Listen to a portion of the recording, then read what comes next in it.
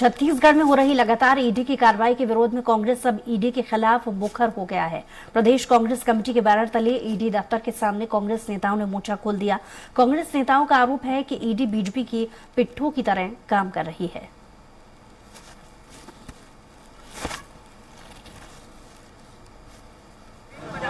अपने आप को बलिदान देकर भी साथी दाई माई काका बाबा सब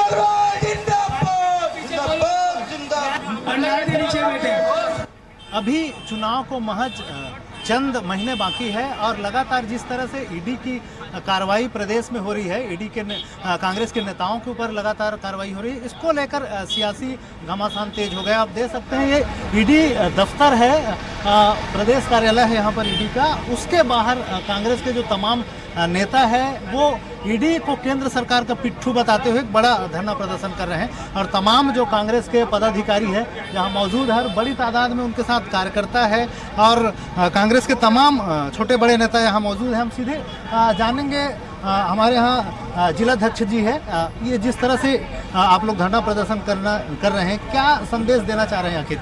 देखिए, संदेश स्पष्ट है कि छत्तीसगढ़ में भाजपा आगामी चुनाव को ईडी, इनकम टैक्स और सीबीआई के भरोसे लड़ना चाह रही है।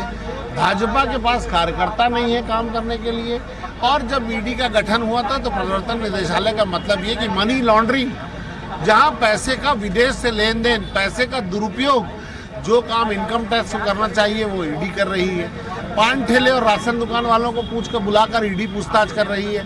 बहुत शर्म का विषय है कि ईडी का ये दुरुपयोग मोदी जी अपने भाजपा की राजनीतिक पार्टी को चलाने के लिए कर रहे हैं, भूपेश बघेल जी की सरकार को अस्थिर करने के लिए कर रहे हैं। और ये इसका जवाब छत्तीसगढ़ की जनता अब की बार 75 पार करके बताएगी।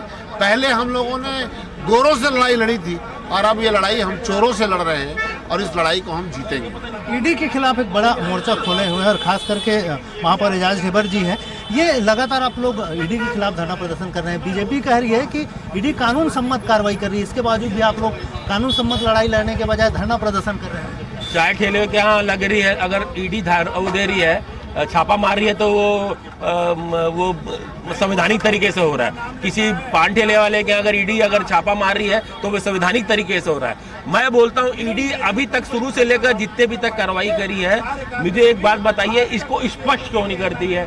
क्यों इसको नहीं बताती है क्या मिला क्या नहीं मिला?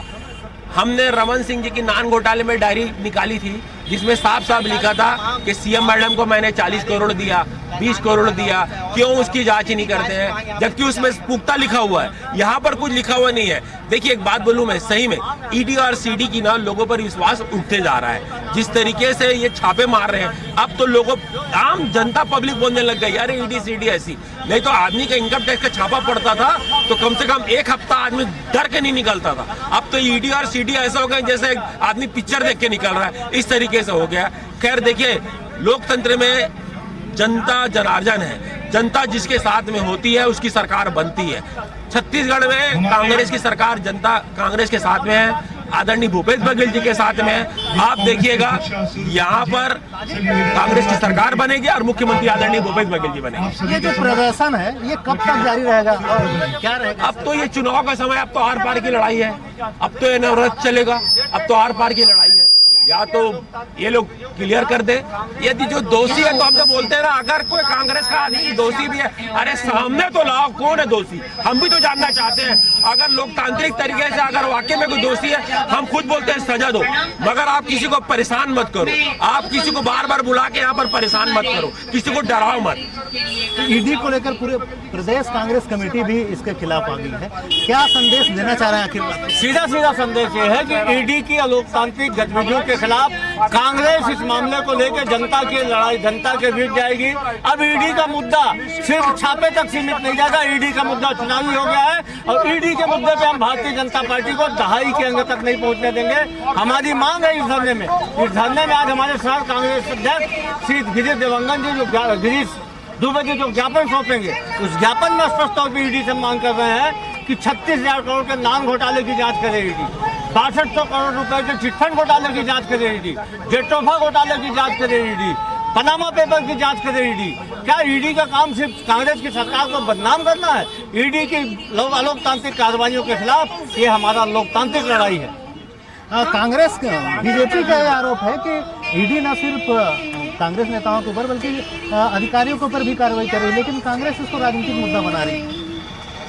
जब वेस्ट बंगाल का चुनाव होता है, मुकुल राय के ऊपर आरोप लगते हैं, महाराष्ट्र में अजीत पवार के ऊपर आरोप लगते हैं, आसाम के जो अभी मुख्यमंत्री है हेमंत बिस्वा शर्मा उनके ऊपर आरोप लगते हैं, लेकिन वो जैसे ही भारतीय जनता पार्टी में शामिल हो जाते हैं ये सारे लोग, इनके ऊपर लगे आरोप खत्म हो जाते हैं, धुल जाते हैं। तो क्या जी छत्तीसगढ़ में जब भाजपा की सरकार थी उस समय जो चिटफंड घोटाले हुए थे, पनामा पेपर घोटाला हुआ था, क्या उनकी जांच नहीं होनी चाहिए? अरे उस समय तो स्थिति ये थी कि छत्तीसगढ़ में जगह कम पड़ गई थी पैसा रखने की, तो विदेशों में पैसा रखवाने के लिए गोडाउन बनाया गया था, मनी लॉन्ड्रिंग वहां पर हुई थी, आपको वहां पर कार्रवाई करनी चाहिए। आप हर बार जब आपकी एंट्री होती है एक नई पटकथा के साथ आप आते हो और कुछ दिन में उस पटकथा की जो है वो हवा निकल जाती है और फिर आप वापस जाकर के नई स्क्रिप्ट लेकर आते हो।